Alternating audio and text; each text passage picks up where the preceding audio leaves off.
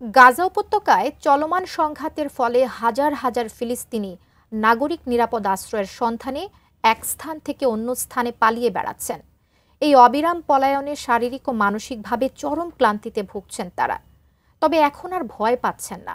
অনেকেই জীবন অনিশ্চিত জেনেও থেকে যাচ্ছেন নিজেদের বাড়িতেই।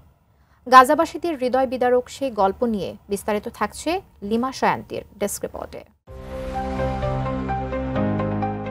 এপ্রিলের গোড়ার দিকের কথা। গাজার পূর্বাঞ্চল থেকে কয়েক হাজার ফিলিস্তিনিকে শহর ছাড়ার নির্দেশ দেয় ইসরায়েলি বাহিনী। চলতি মাসে আরও কয়েকবার স্থানচ্যুতির নির্দেশ দিয়েছে ইসরায়েলের বর্বরও সেনাবাহিনী, যার মধ্যে সুজাইয়া, জেইতুন এবং তুফাহ অঞ্চলও অন্তর্ভুক্ত ছিল। গাজায় যুদ্ধ শুরুর পর থেকে গত 18 মাসে অন্তত কয়েকশো বার এলাকা ছাড়ার নির্দেশ দিয়েছে ইসরায়েল। সকালে উত্তর থেকে দক্ষিণ, বিকালেই আবার দক্ষিণ থেকে উত্তরে। দূর থেকে দেখলে মনে হবে ভূমধ্য সাগরের ঢেউ দানব বাতাসের তাণ্ডবে দল বেঁধে আশ্রে পড়ছে সৈকতে, পরক্ষণেই আবার ফিরছে নিজ ঠিকানায়।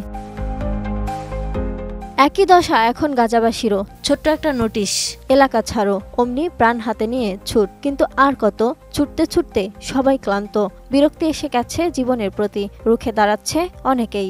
আর স্থানচ্যুতি নয়, যাওয়ার জায়গাটাই বা আর কোথায়? ঘুরে ফিরে সেই তো আবার গোলকধাঁধায় ফেরা।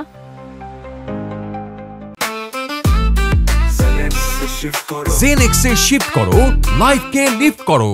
ইসরায়েলের উচ্ছেদ আদেশে প্রতিবারে শহর ছেড়ে পালানোর হিড়িক পড়লেও এবার সেই আদেশ অমান্য করে নিজ বাড়িতেই থাকছেন গাজাবাসী। কারণ বর্বর সেনাদের নির্মম অত্যাচারে দৌড়াতে দৌড়াতে একেবারে ক্লান্ত হয়ে পড়েছেন তারা। আদেশ না মানলে বোমার আঘাতে যে কোনো সময় ছিন্ন ভিন্ন হতে পারে দেহ।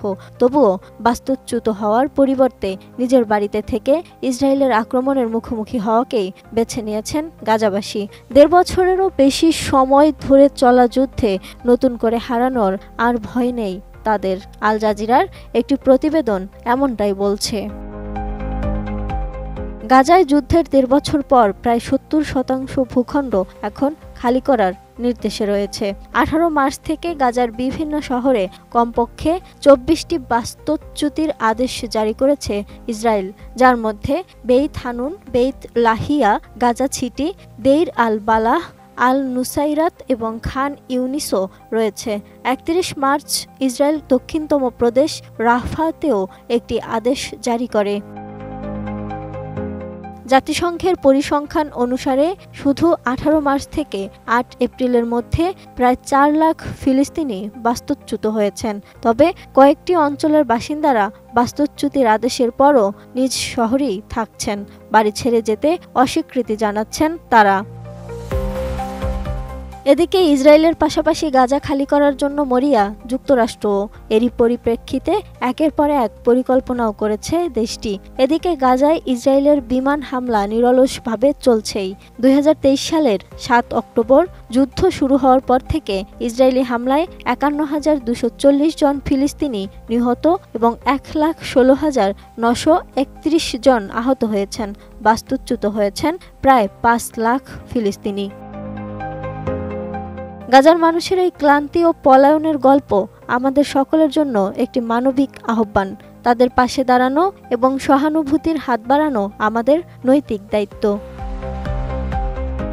Lima Sayanti, desk report, ATN news.